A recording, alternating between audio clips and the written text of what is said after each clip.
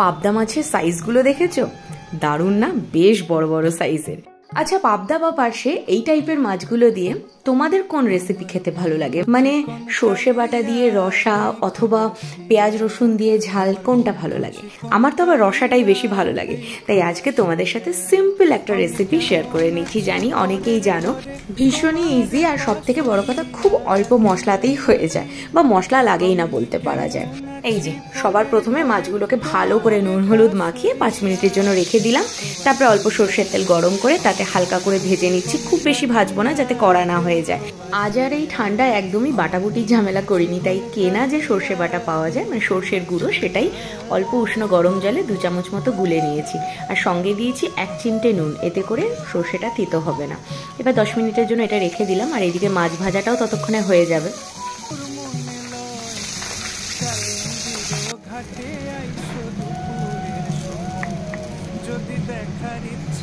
সব মাছগুলো ভাজা হয়ে গেছে। এবার ওই তেলেই দিয়ে দিলাম কালো জিরে আর কাঁচা লঙ্কা ফোড়ন।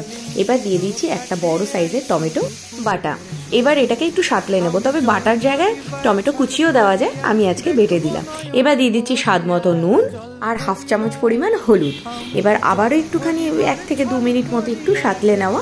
এরপরে দিয়ে দিচ্ছি যে সর্ষেটা গুলে রেখেছিলাম সেই বাটাটা। এই যে মিনিট খানেক একটু সাঁতলে নেব, কারণ সর্ষে বেশিক্ষণ রান্না করার প্রয়োজন পড়ে না। এবার দিয়ে দিচ্ছি সামান্য একটুখানি চিনি, এটা স্বাদটা ব্যালেন্স করবে। এবার দিয়ে দিলাম অল্প জল, যেহেতু এটা রসা হবে তাই বেশি ঝোলের দরকার পড়ে না, খুব সামান্যই জল দিয়েছি। এবার মাছগুলোকে দিয়ে 5 মিনিট একদম সিম আঁচে ঢাকা দিয়ে রেখে দেবো। ব্যাস, তাহলেই কিন্তু টমেটো দিয়ে পাবদা মাছের এই রসাটা রেডি হয়ে যাবে।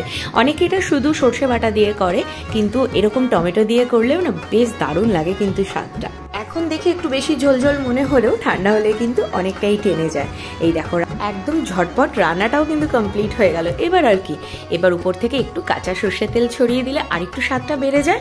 গরম ভাতে পাবদার এই রসা, শীতের দুপুরটা কিন্তু জমে যাবে, কি বলো? কাদের কাদের এইরকম পাবদার রসা বা ঝাল এই টাইপের রান্নাগুলো খেতে ভালো লাগে কমেন্ট করে জানাতে ভুলো না। আর আজকের এই রেসিপিটা ভালো লাগলে অবশ্যই একটা লাইক কমেন্ট শেয়ার করো। আর যারা এখনো পেজটা ফলো করোনি, প্লিজ একটা ফলো করে দিও। দেখা হচ্ছে খুব শিগগিরই। সবাই ভালো থেকো, সুস্থ থেকো, টাটা।